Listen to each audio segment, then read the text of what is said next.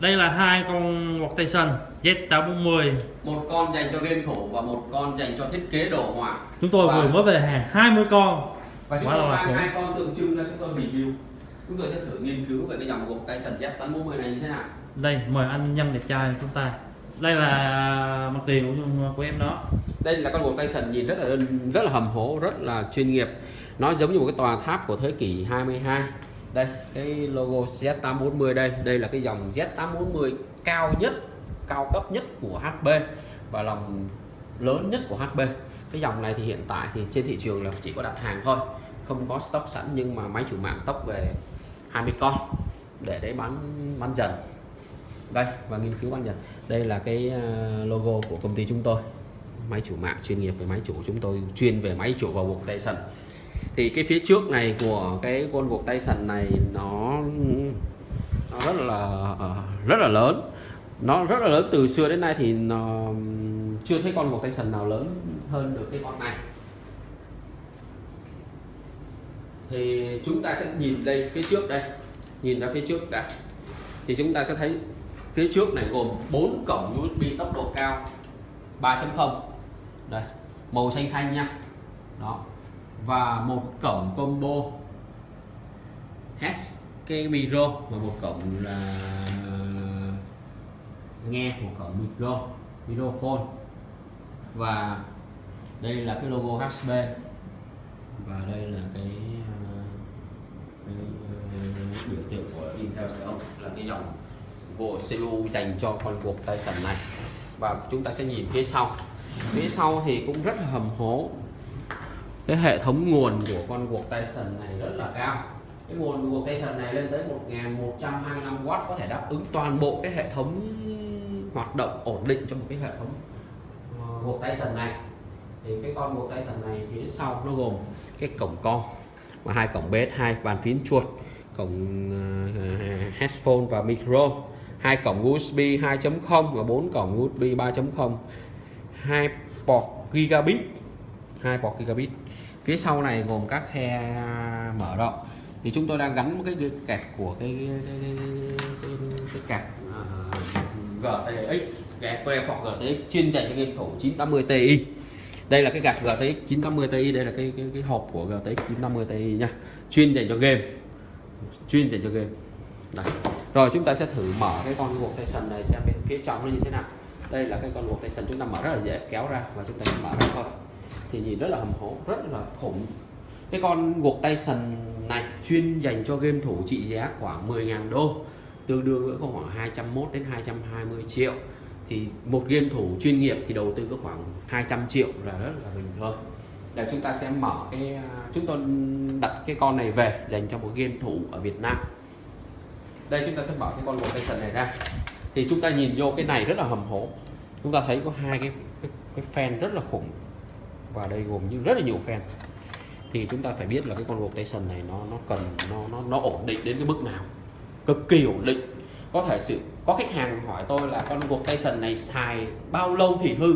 Tôi là anh xài suốt đời, đến khi nào anh chán thì thôi, chứ không có hư. Workstation này không có hư. Đây, chúng ta sẽ gỡ cái card quạt GeForce 980 Ti, card dành cho game thủ ra. Con workstation này không cần, Z840 này không cần phải ốc vít gì hết, chúng ta chỉ cần bấm cái ngàm này lên và chúng ta sẽ có thể tháo cái card này ra một cách dễ dàng. Đây cái card GeForce 980 Ti rất là khủng khiếp. Card này thì nó chuyên dành cho game thủ thôi. Đây, phía sau cái card này nó gồm những cái khe này, game thủ nha. Card này cho cái game thủ. Thì chúng ta sẽ nhìn sơ qua về cái con Z840 khủng khiếp này.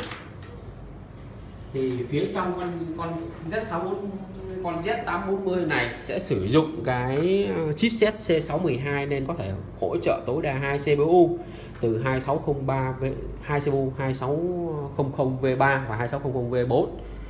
Hiện tại chúng tôi đang gắn CPU 2683V3, một cái dòng CPU rất là cao.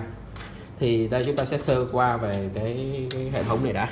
Nhìn sơ qua về cái hệ thống này, nó gồm 2 CPU. Mỗi CPU quản lý 8 khe gắn RAM. Tổng dung lượng của Con guộc Tyson Z840 này có thể hỗ trợ lên tới 1T RAM và có thể gắn được tối đa lên tới 2T RAM. 2T RAM. Hiện tại chúng tôi đang gắn 64GB RAM, mỗi thanh tương ứng với 16GB RAM. Thì đây có gồm 1, 2, 3, 4, 5, 6, 7, 7 khe PCSLED. Chúng ta có thể gắn các thiết bị mở rộng 3, 4, 5, 6, 6 khe, 6 cổng SATA hỗ trợ các kết nối SATA. Thì hai cổng này thì hỗ trợ các thiết bị ngoại vi như DVD rồi các ổ khác. Còn đây thì mọi người gắn ổ SATA thì có thể gắn vô cái bọt này. Đây 1, 2, 3, 4, 5, 6, 7, 8 bọt sát màu trắng này là 8 bọt sát. Guộc Tyson Z840 có thể hỗ trợ ổ cứng sát, nên là mọi người có thể gắn ổ sát. Đó. Đây chúng ta xin nhìn tổng quan về con guộc Tyson đi, rất là hầm hố, rất là khổ, rất là khổ. Guộc Tyson này hỗ trợ tới 4 ổ cứng, gắn tối đa 4 ổ cứng loại 3.5 inch nha. Mọi người có thể gắn các ổ cứng SSD hoặc là gắn ổ cứng server hay như thế nào đấy. Đấy, nhìn chung thì chúng ta sẽ nhìn sơ qua về cái con guộc Tyson này thôi, nhìn rất là chi tiết hầm hố. Rồi chúng ta sẽ đóng nó. Và đây là cái hệ thống nguồn rất là trải dài, rất là dài. Chúng ta sẽ thấy, mở cái nguồn ở đây, chúng ta sẽ thấy cái nguồn rất là khủng khiếp.